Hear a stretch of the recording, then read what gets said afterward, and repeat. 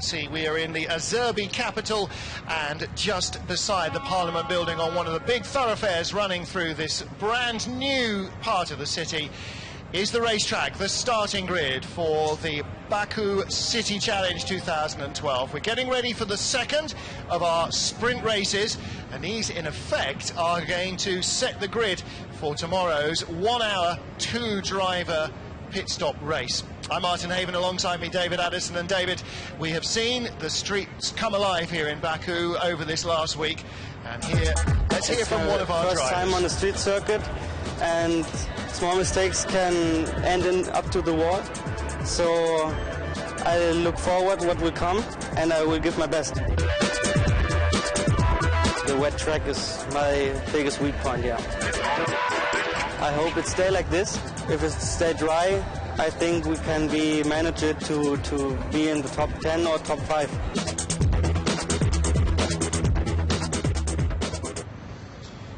Well, Maximilian Buch, one of the drivers who's won this year's European GT3 Championship, looking down on the grid there. Jos Verstappen at the wheel of the BMW was driven in the first race by Jacques Villeneuve, and the Dutchman ready to make his race debut here in a GT car in Baku.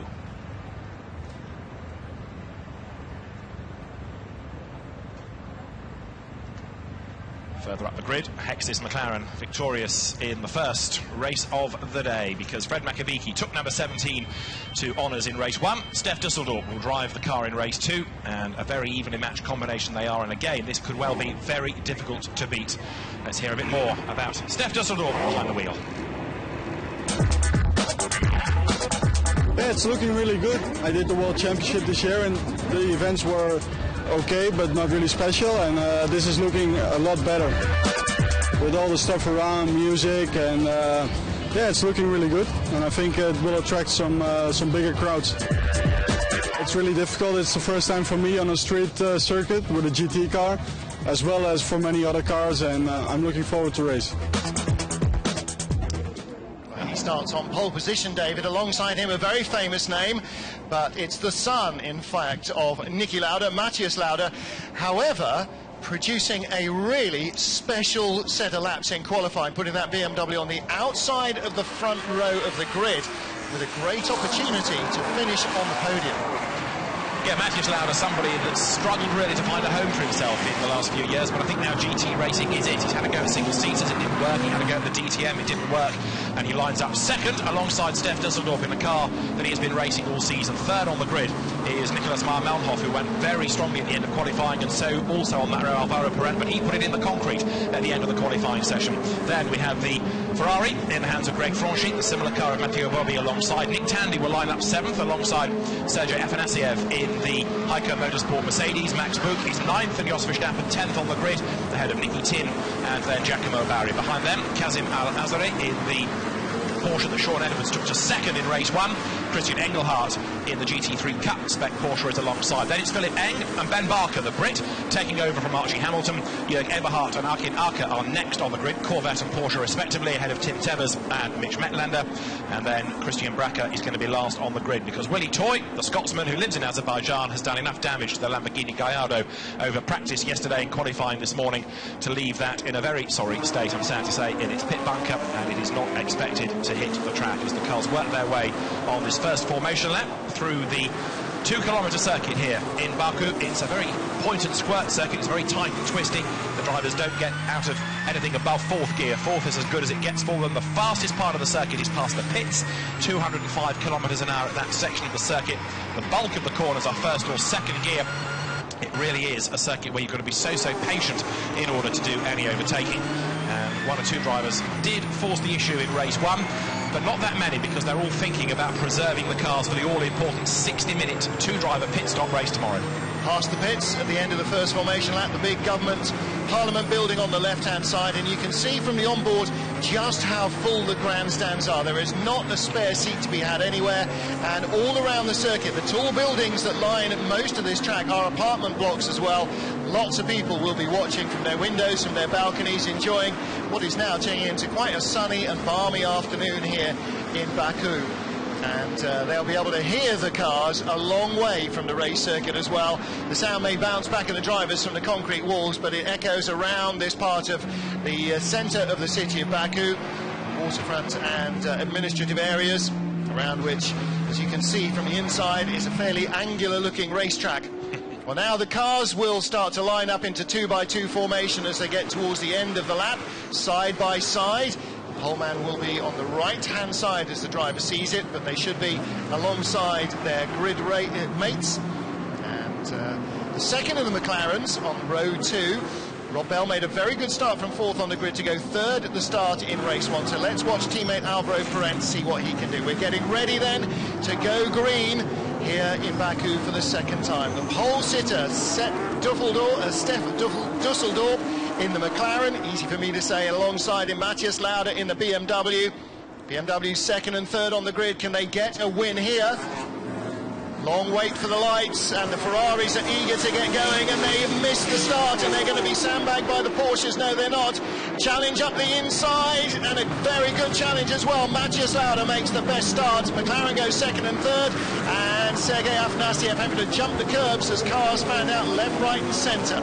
And Dusseldorp dozed off there on the lights because he's dropped back into 3rd place. I think Perez has managed to get himself up into 2nd spot. So Stef Dusseldorp waiting, was not on his toes as much as he should have been, as Nick Tandy swoops around the outside there of Maximilian Porsche, goes ahead of Mercedes. So Matthias Lauda leads the way. He's under attack though from Alvaro Perez. Dusseldorp is in 3rd spot, and then 4th is Mar Melnhof as they work their way down the back straight for the first time.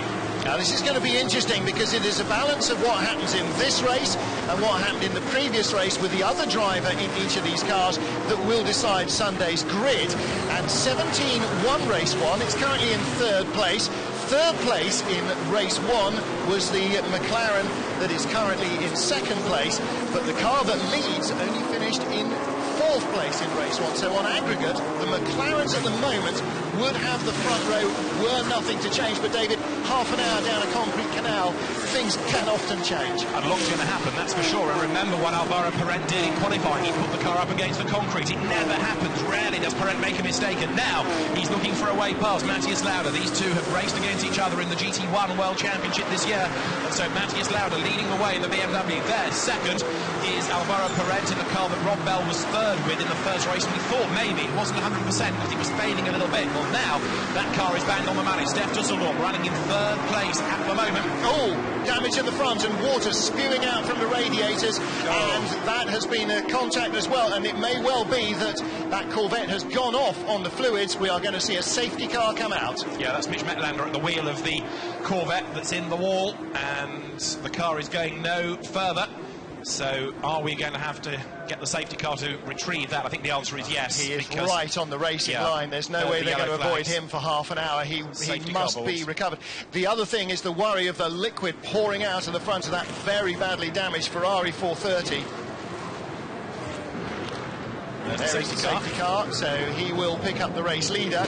Of course, for the race leader, this is time running away when he won't be under attack. So this is V good for Lauda M, not quite so good for Alvaro Perez and everybody trying to give chase. I don't think we've actually yet seen too many people get that part of the circuit wrong, have we, coming out of turn 5, although Jacques Villeneuve got it wrong in that neck of the woods yesterday. But Mitch Metlander is the man whose car needs retrieval. It's spun up against the wall, and we're going to get a replay, possibly, of who did what to which and to whom here. This is the run. Look for the Ferrari and the wall. Oh, there's the damage. Oh, that's the damage to the Ferrari, punting Afanasiev around. That's really bad news for Ben Schneider, who did a rocking job in that number 6 Mercedes. Sergei, through no fault of his own, being tagged off. But he got away lightly because that big solid car is able to recover, and there just up the road Metlander is bouncing off the wall. But of course the Ferrari, the bite of it really, the aggressor, that has got the damage. Well, the Ferrari was also spewing its guts all over the track, and have a red flag as well, the Martin. Corvette comes out and hits the wall. Well, because they need to recover the car, they need to get a... And again, you see Afanasiev come through there, big tail slide from the Mercedes. I'm saying the Ferrari left lots of fluid down there, and they will need to clear that up, David. Otherwise, we're going to see lots more cars going off into the wall. You can see all the liquids draining out the right-hand side there. So he'll have done that on every corner, and it'll be on the outside of the track, so on the car, on the part of the tyre that is laden up most. And if, coolant can be very, very slippery indeed. and that's not good news. So unfortunately, Corvette has been the only car caught out, but Midlander really didn't stand much of a chance there, did nothing wrong. Car just looped around on that slippery surface. And it is Giacomo Barri, the driver of the Ferrari 458 in question. So there's another team there, look, with work to do as Mitch Midlander walks away from the Corvette. Not only did he have the oil to contend with, or the liquid on the road, but also the Corvettes have been struggling to get the required temperature into the tyres. They need, really, the tyres to be at 80 degrees to operate. They can only get 60 in them, so he's got cold tyres allied to a slippery track. It was never going to be a day out for him, was it, really? And so the cars stop on the grid, and we are under a race suspension. Interestingly, Nick Tandy had done the fastest lap of the race before we got to the stoppage. There, Mitch Midlander helping the officials, and let's have a replay of the start. Look at Dusseldorf. He was not really on his toes, was he? But certainly Lauda was. And look at Perret, because as the BMW went ahead of him, so the McLaren followed that car through and nipped up into second place. And so Steph Dusseldorf, after all of his hard work in qualifying, undoes it just by being a bit sluggish away from the lights. Yeah, by the time they got onto the brakes, he was third, and actually quite lucky to stay third. All concertinas up behind. You see the car going over the curbs right in the centre of your picture. That was Sergei Afanasiev trying to avoid cars that were running deep on the left off track and a car that was on the right on track, and so he had nowhere left to go. This is on board. Let's take a look at this replay of the start. First gear, second gear, pouring on the speed. Down into the corner, trying to take avoiding action. Just squeezing through. Great work by Alvaro Perez and the McLaren. But he is very much a star driver, and there Jacques Villeneuve looks on to see what Jos Verstappen is up to in his car, and the answer is, at the moment, it is running in 8th spot, and will be 8th until we get the race back underway. So we've got this race suspension. The clock stops with 27 minutes to go, and the cars, as you saw, park on the start line, and when the race director is happy, then they will continue in that order for the duration that remains. So big frustration for everybody at the moment. Now, we've lost one Corvette, the 27, but the 28 car that retired early on in race 1, you can see the grey rear of it there, so that has been brought back out. So win a few, lose a few, or in this case, you know, it's an even balance. Unfortunately, though, we should really be looking at 2 in the race, and the fluid down there on the track has definitely not helped things. So let's hope that damage isn't huge and the car can be made good for tomorrow. It's not just a case of how much damage is there, it's also a case of how many spare parts have you brought with you, and there is not an inexhaustible supply of Corvette bits in Baku, it's got to be said. So I fear that if the car has suffered a big whack, it ain't going to be seen tomorrow, but fingers crossed that car will be on the grid. So the fans, who've had a bit of an interrupted day really, with a few interruptions through the red flags we've had in earlier sessions and a delay this morning because the track was wet and the race director didn't release the cars for an hour until he was satisfied that it was dry enough to be safe. There is the race director, in fact, Oliver Grodowski, with his back to us, just having a look at the damage, and he will encourage Mitch Midlander to get to the medical car and go to be checked over, as he will after any impact, large or small these days, and then he will make his way back to race control and worry about this liquid. Let's hope that it is water or coolant rather than oil, and it can be sorted out fairly swiftly. I'm not yet seeing any work done to sweep that up and to soak that up, so hopefully it's just a case of moving this battered car. Hopefully so, yes. A lot of teams, unlike your road car, will not use any antifreeze or coolant additive in the radiators precisely for this, and especially in motorcycle racing, pure water only, because when you get additives, when you get antifreeze, it does turn it into ice. They are putting a little bit of sand down to try and dry it up, so maybe that is the case. Predominantly, it'll be water cooling radiators around the nose, but it is entirely possible that there are oil air coolers there as well, and so yeah, oil radiators leaking oil is very different indeed from water radiators leaking water. Of course, all of this needs cooling, and in any of these cars, a lot of the ducting at the front is to let air in through the radiators to cool the engine, which is tucked neatly in the back, aerodynamically out of the way, hermetically sealed, if you like, from any airflow. So you've got to cool them somewhere, and where you cool them is all the way around the nose of the car. And the Porsche 997 GT3, the Porsches that are racing here, are particularly, and in some cases prohibitively, vulnerable to damage in the radiator area. If you run into the back of somebody in a Porsche, you pretty much know you are done. Sergei Afanasiev in the number 6 Mercedes, now right towards the tail of the field. Unfortunately for him, after being turned around, he is our last running car, so all of their hopes Ben Schneider qualified strongly. Afanasiev was in the top 10 as well, although he, by his own admission, didn't really get what he wanted out of the second set of tyres. He barely got any quicker on fresh rubber, and then just being snagged by somebody, looped round into a spin. These things happen. At least the car's still got all its wheels. He's got a chance of perhaps picking up some places through the Porsche field. And in super slow-mo, a look at the McLaren and BMWs working their way up towards the rolling start behind the official car. Ferrari's well placed on the grid, and they can see damage done in the earlier part of the weekend to the mirrors. The marshals busy now trying to attend to this liquid that's been dropped on the circuit here at City Challenge, which is more than just a motor race. The whole concept of this is to take motorsport to new markets and to new fans. So you've got the 3 GT races for cars that people can relate to and aspire to. We've had drifting, as there's the replay from on board the Corvette as it hits the wall and turns itself around. We've had drifting, as I say. We've also had classic Formula 1 cars, and then off track as well. There are sprint shows, kids enter. It is more than just the motor race. Definitely an awful going on as well. You would think perhaps that they don't want to be moving away from the racetrack, but when you've got kids to entertain and, you know, something to eat for lunch and so on, yes, of course you do. In the gaps between the races, you do move away. And there, Mitch Maitlander, unfortunately, that was just lubricant under the tyres, and there's absolutely nothing you can do about that. I'm not sure even one of our great drift drivers would have got that one back, because when you're committing the car, when you're drifting around a course like that, you set the car up, you make it do these things. When it does these things when you're not expecting it, that's when suddenly the concrete is not quite as far away as you would have hoped. Well, it's still a little cloudy, and the sun is venturing to try and poke its nose. You show still overcast here, fairly humid. This way yesterday, cleared out by lunchtime. It was warm and sunny. It was a balmy afternoon, still nice and warm, as you can see. Everybody's in shirt sleeve orders, and in the commentary box here it's starting a goldfish bowl with a lid on, so it's getting fairly warm. And the car is open. This is the sort of occasion where you might maybe even take your gloves off, just because bizarrely that just lets a little cooling air onto your hands. And of course, what's the first thing that gets cold when you go out in cold weather? Your fingertips and your nose. And so it does, in fact, it does tend to get rid of some of your heat. We've got 5 minutes to go before the restart, so it's going to be a fairly brief interruption, thankfully. And so the drivers, I was about to suggest, might hop out of the cars if they know it's going to be a long wait. Well, it isn't. There are Alvaro Parentas. Listen to Martin Haven. He's taken off his gloves and is ready for the restart, which is now within the next 5 minutes. Oil in turn 3, the race director has advised everybody of, but that is what is being treated.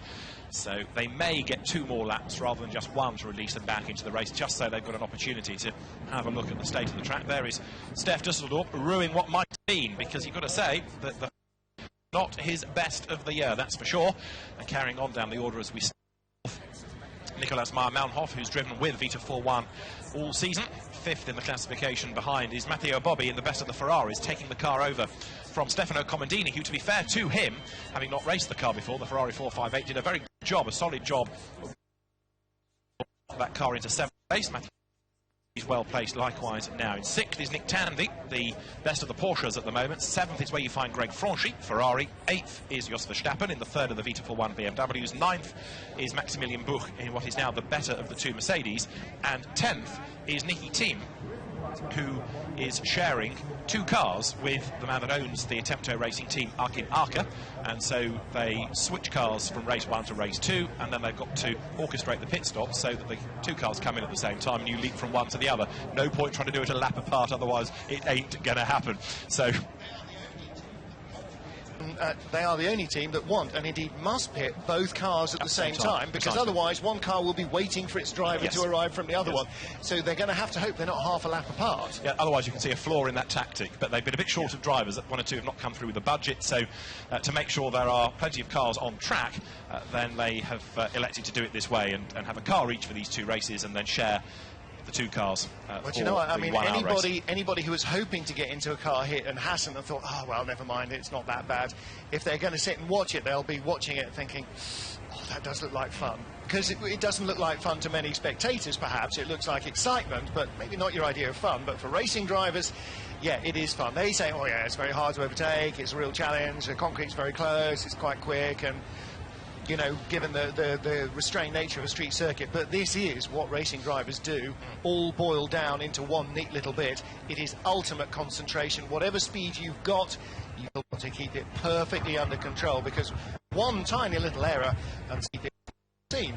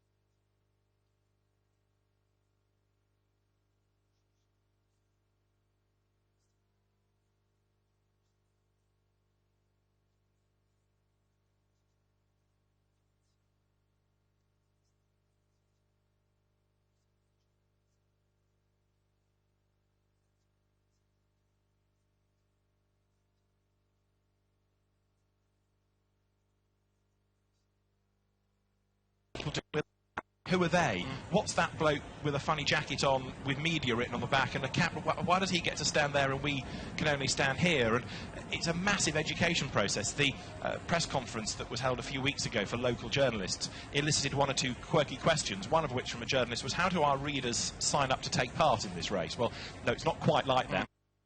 It's what happens if who pay about a street if a car. So there was a lot of to go.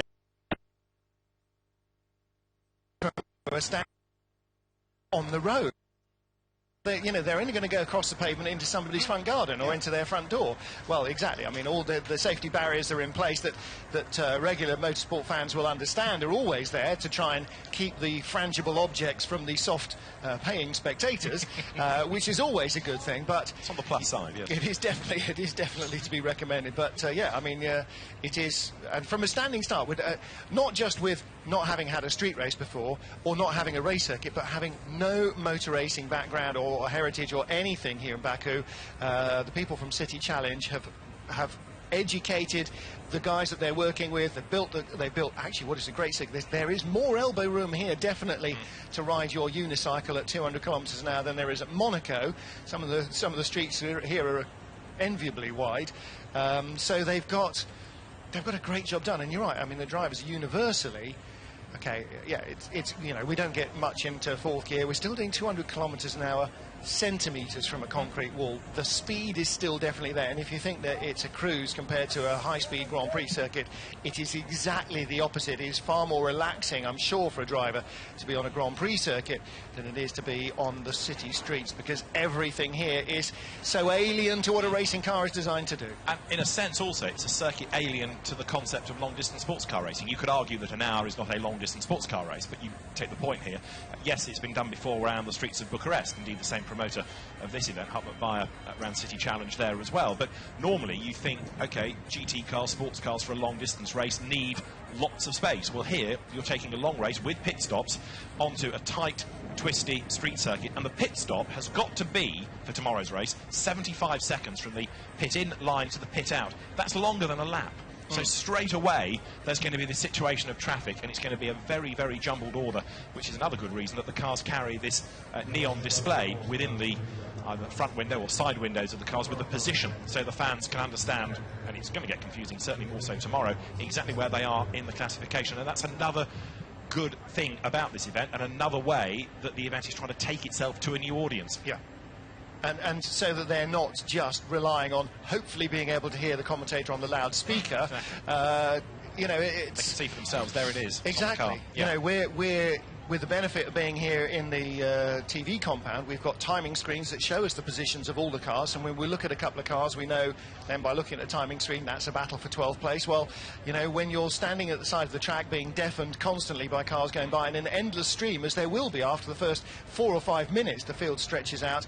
See a replay of the start here. I mean, it's stretched out right at the beginning, then it bunches behind the top 3 or 4, gets 3 wide.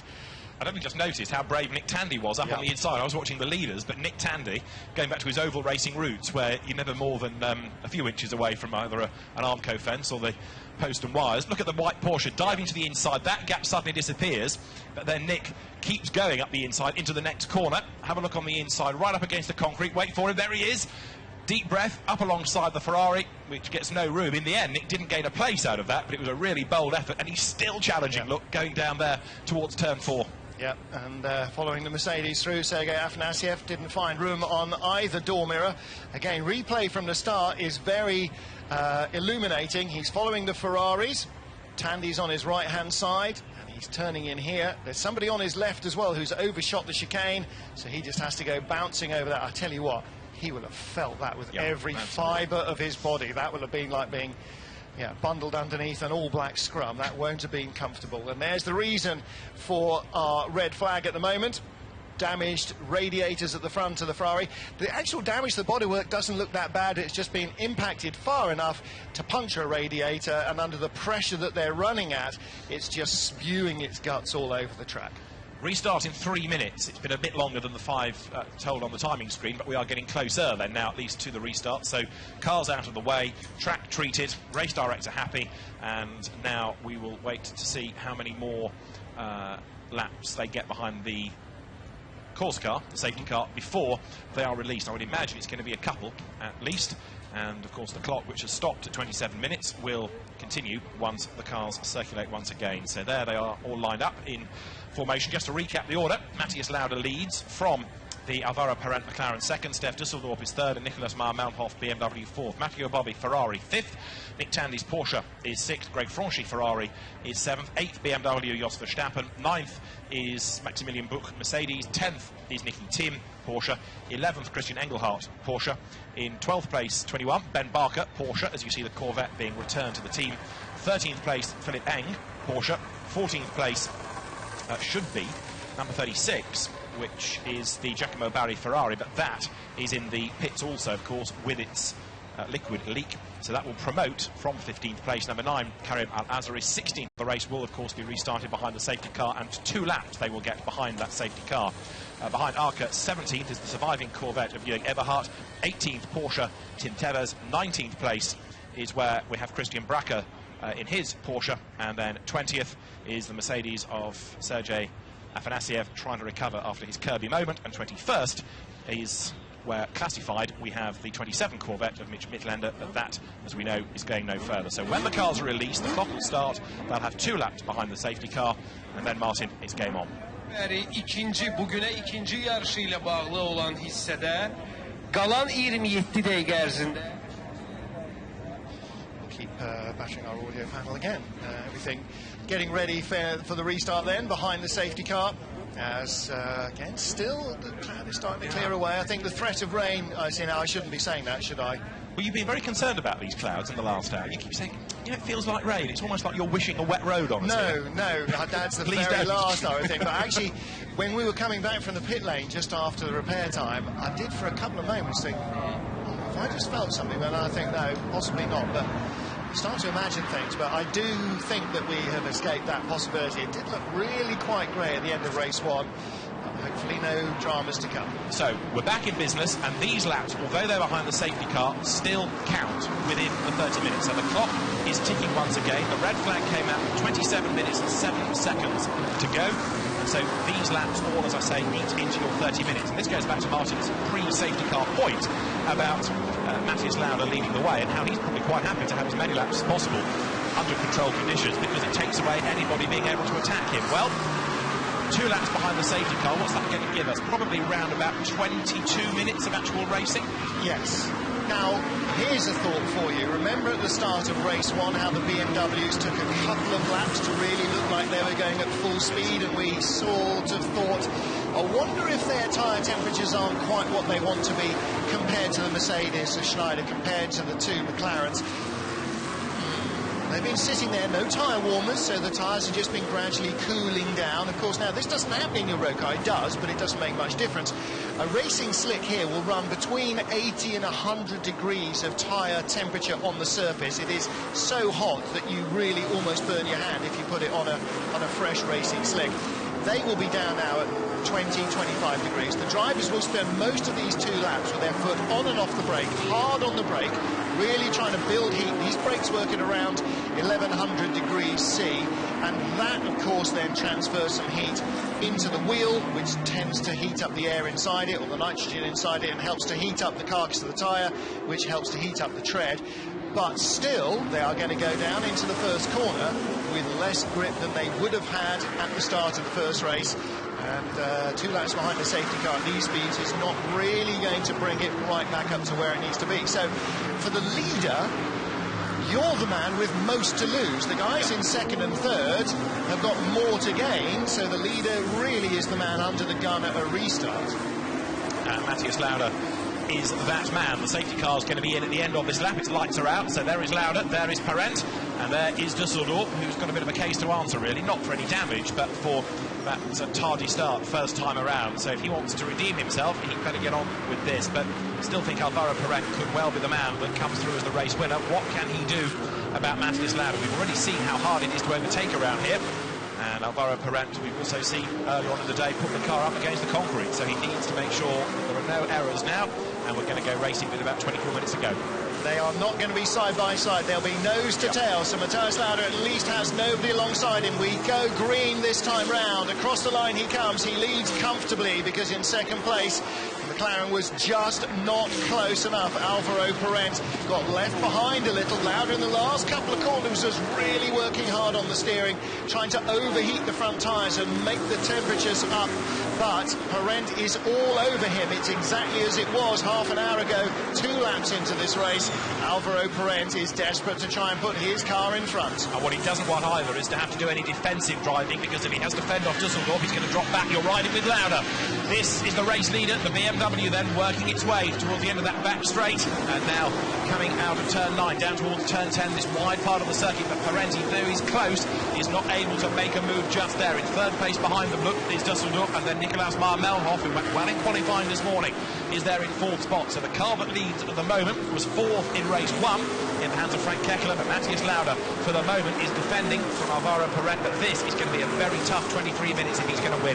Great view on board from Matthias Lauda down the back straight, started to turn early, got a nice gradual turn on that, really loads the weight of the car onto the outside front tyre, but then he could really turn it in hard, and that indicating he's still not confident in that front end grip. And you saw the front of the BMW there waving around, washing out in the corner. He has not got the front end yet, and Parent has. The McLaren is very sharp, very pointy on turn in. He turns the wheel and instantly it's there. The BMW, despite having that engine in front, which the McLaren doesn't, is starting to push through the corners in these couple of opening laps, and this is where Parent must strike if he can. Because what he has to do is make that move before the BMW comes fully onto song, if you like. As Martin said earlier on, in race 1 it took the BMWs a few laps to really get into their stride, while those few laps of the restart are cycling through. Look in the background, there's a really good battle building up for 5th place, because you've got Matteo Bobbi only just ahead of Nick Tandy there.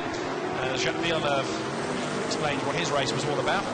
Also is Timo Rumpkyle. As out of the chicane comes the leader. It's Lauda ahead of Parent. There in 3rd place is Dusseldorf. In 4th is Marmelhoff, and then Bobbi is 5th, just ahead of Nick Tandy, another of the Porsche specialists, as he comes up over the line. So there's the leading 6 cars. Nick Tandy, the best of the Porsche pedallers at the moment. Now, what's Lauda's lead like? It's 0.6 of a second, which doesn't sound a lot, but it's enough for the moment to preserve that advantage. And this is Alvaro Parent's view. Second gear, you can see what gear he's in on the dash display. Drops down to first as he comes in out of turn number 6, and he's getting away now, isn't he, from Steph Dusseldorf there in third place. Yeah, Dusseldorf in his turn is just starting to try and creep away from the 4th place BMW. So the gaps are starting to open up, and yeah, I'm Melnhof in that BMW in 4th place, not able to pressure the McLaren. So it is still about Parent trying to find a way past Lauda. Lauda there with the red mirrors on his BMW. This could put that car right in contention for Sunday's race win. True, you add the points together from race 1 and race 2 to decide the grid. 30 for a race win, and then it goes down by 1 point for each place. And if there's a tie on points, the preferential grid spot goes to the car that was quickest within Q1. So a number of teams putting their faster driver in at the start of the day. That was Nick Tandy taking a coat of paint off the Porsche, skimming his way up against the concrete. He is ahead at the moment of Greg Franchi, and then behind them you've got 34, which is Jos Verstappen's BMW, then Maximilian Buch 9th in the Mercedes, and in 10th is Nicky Tim, again going very, very strongly in a less powerful Porsche. It runs to Carrera Cup spec, less of a problem on a short circuit like this, but Nicky Tim doing a really good job. Verstappen's got a good battle on his hands. He's in 8th place, but there's 2 or 3 cars behind him in his BMW. As we again look at our race leader, hard on the brakes, turning in a little bit more confidently now there into turn 9 at the end of the back straight. Drivers reporting back just how tight the circuit feels in some places, but some, like here, quite a decent wide 4-lane road that they're using as the racetrack, and lots of black rubber down that is not from these cars, that wasn't there earlier, wasn't there after qualifying or free practice, that's been left by our drift racers, and some of it is adding to the grip in the corner, David, because more rubber on the track gives the tyres better grip, but it's in places they might not expect to find it, so that's something that they're adapting to along with everything else in the race. And again, Tandy in that white Porsche right on the back of Matteo Bobi in the best of the Ferraris. If anybody can overtake around here, Nick Tandy is your man.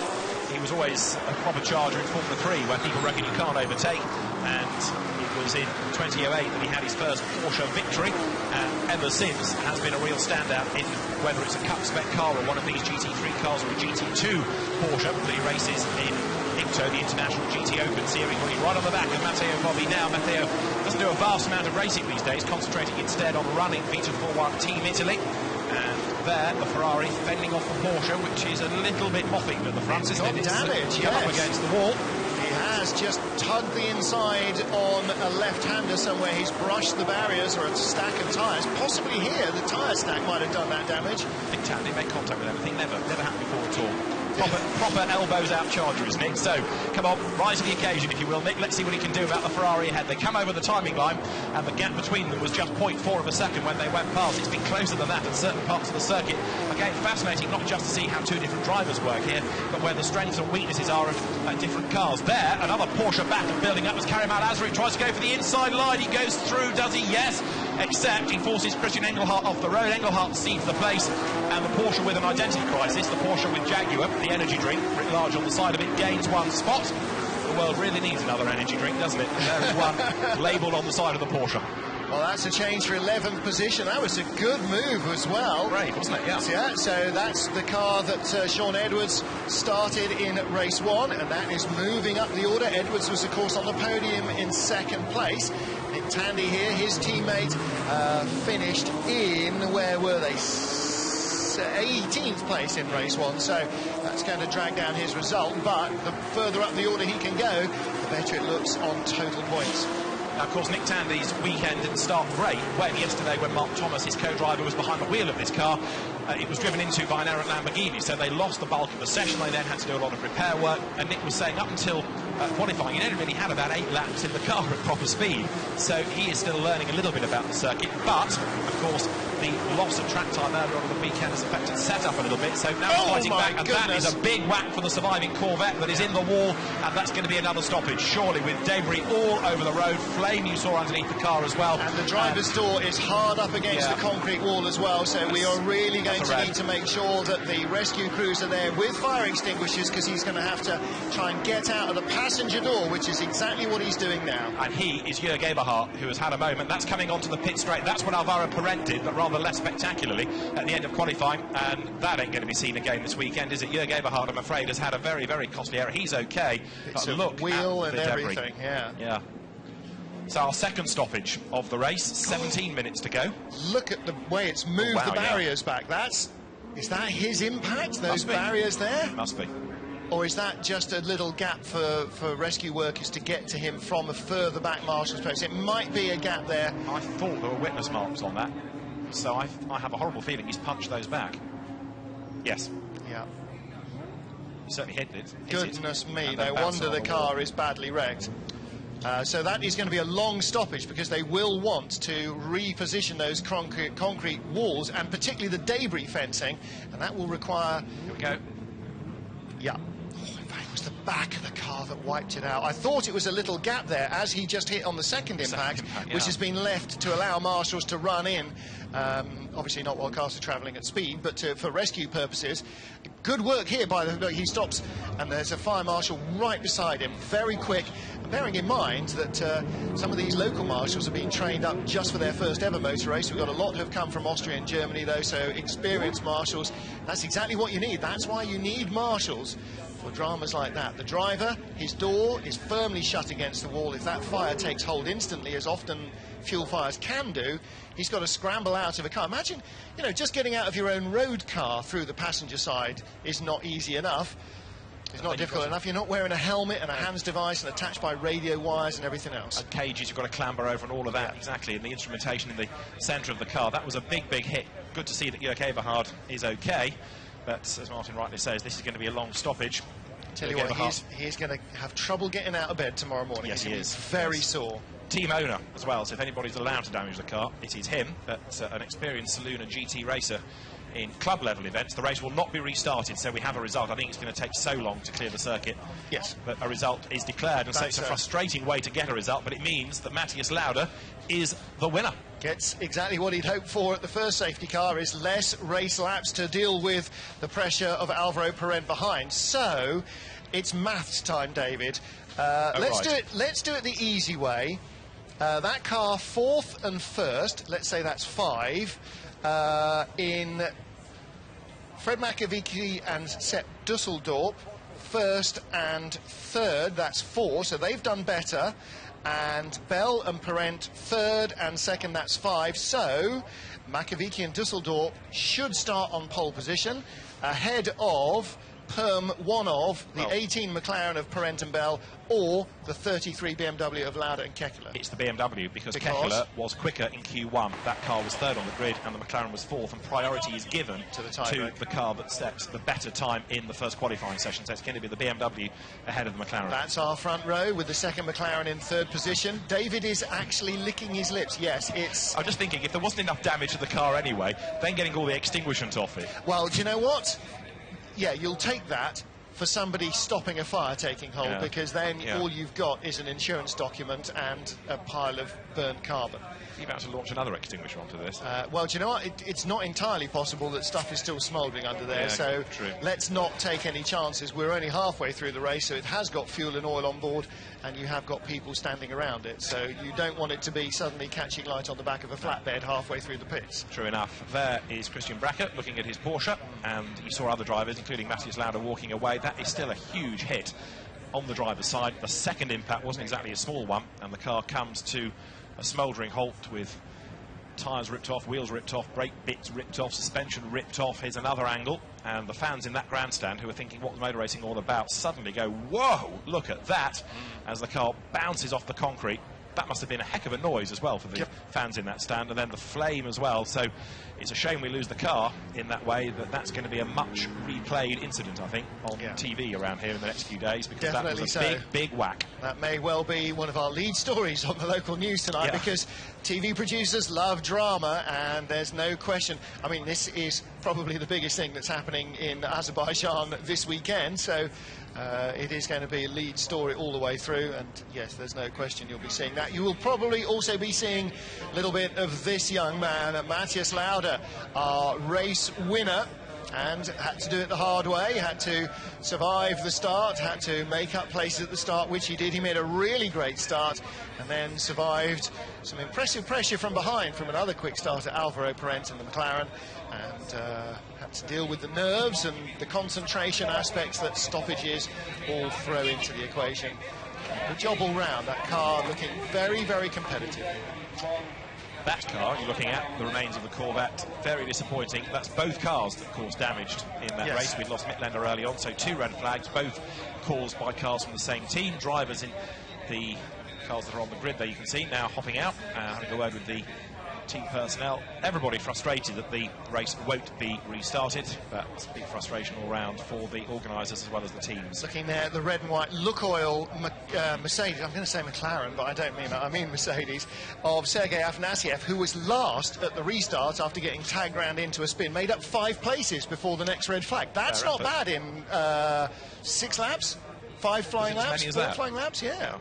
So that's pretty impressive stuff. Definitely on a charge. Tagged out of the back of the race from no fault of his own. And he was obviously desperate to make up places. So Afanasiev finishes in 15th place from 20th at the restart. Interesting, isn't it, how drivers get typecast as being single-seater racers to a given level, and they come into GT racing, and it's a new lease of life, it's a new career for them, and Afanasiev, I think, is going to be one, if he continues on the GT route, who's going to surprise a few people. He was always good, if not a star in single-seater racing, but he's been pretty impressive around here this weekend. Well, again, you know, I always say, motor racing, nobody should expect that any young karter will automatically be Formula 1 champion. Any young runner, not everybody's going to be a 100-metre finalist. You might end up being a long-distance runner. You might be a middle-distance runner. You might end up being a better, you know, sprinter than anybody else.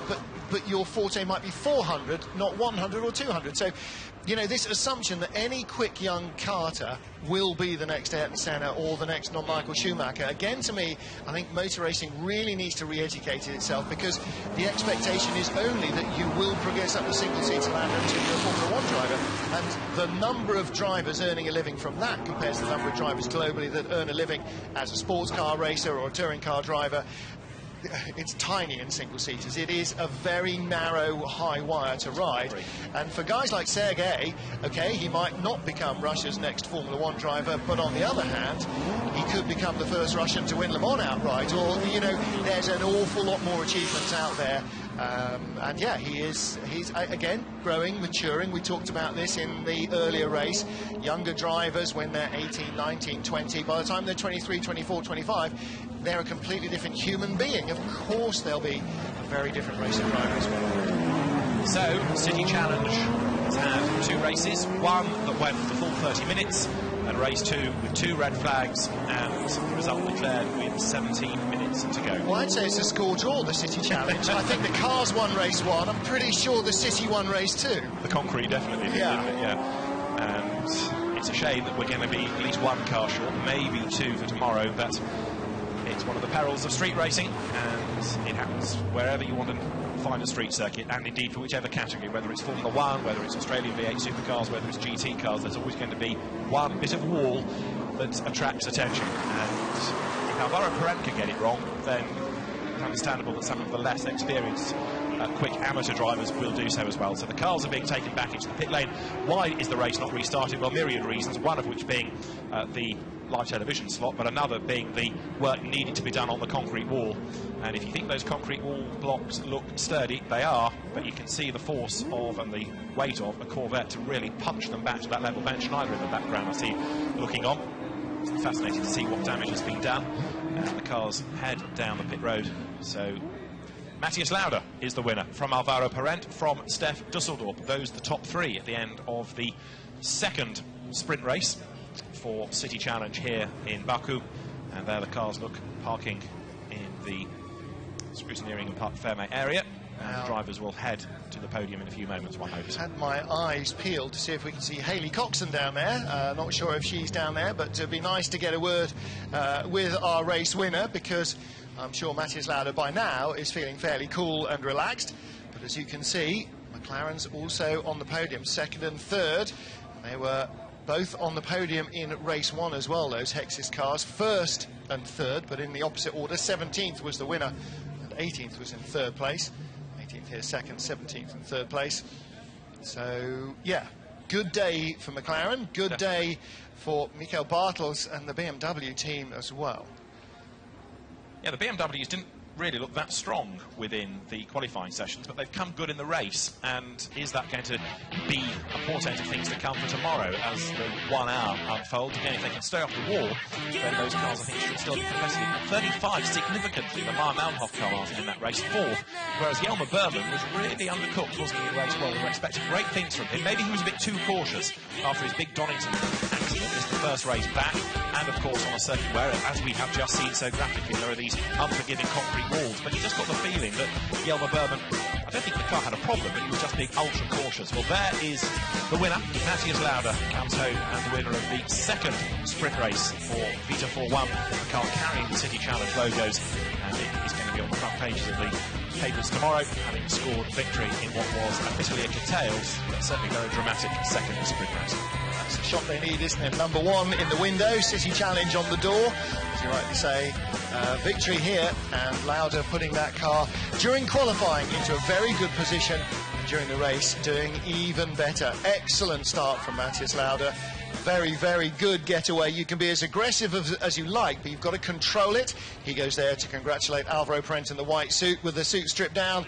That's Bob Bell in the McLaren GT t-shirt. Sean Edwards is there with the white polo shirt on with his teammate Karim. And I would think there'll be a lot of happy punters heading home tonight if they've come into town to watch this. Prices were very reasonable as well. The equivalent of €7 was general admission, which even by Azerbaijani standards is not bad money to get in for a day's motor racing and all the other activities that are going on, which do not stop when the track goes quiet, incidentally. The kids area and the concerts going on as well. Jelmer Berman having a moment or two that he's relating to his teammate perhaps. And certainly everybody who came down here this weekend to see their first ever motor race, and that will be everyone, yes, will have gone away with a new understanding of exactly what it is that they've been seeing on the TV all these years, because when you put it in their front garden, then suddenly it assumes an entirely different kind of level. Little VIPs and celebrities having their tour of the pit lane and the pit garages, and Jos Verstappen in the background. Just thinking about Matthias Lauda's success rate, I've got a suspicion that's his first GT victory. I'm trying to think back to how many car races Matthias Lauda has won in his career, because he's kind of jumped from one category to another. But it's not, from memory, been a huge number of race wins that Matthias has scored over the years. Am I being unfair if I say, if any? Carry on. I'm using a well-known search engine. I thought you were. I'm making this sentence as long as I can. So Matthias Lauda takes victory in the BMW, and a job well done for him, ahead of Alvaro Parente and Stef Dusseldorp as the top 3. Matthias Lauda, 175 races, 10 podiums. That is his first race win in anything ever. So not just a GT car, but his first ever victory.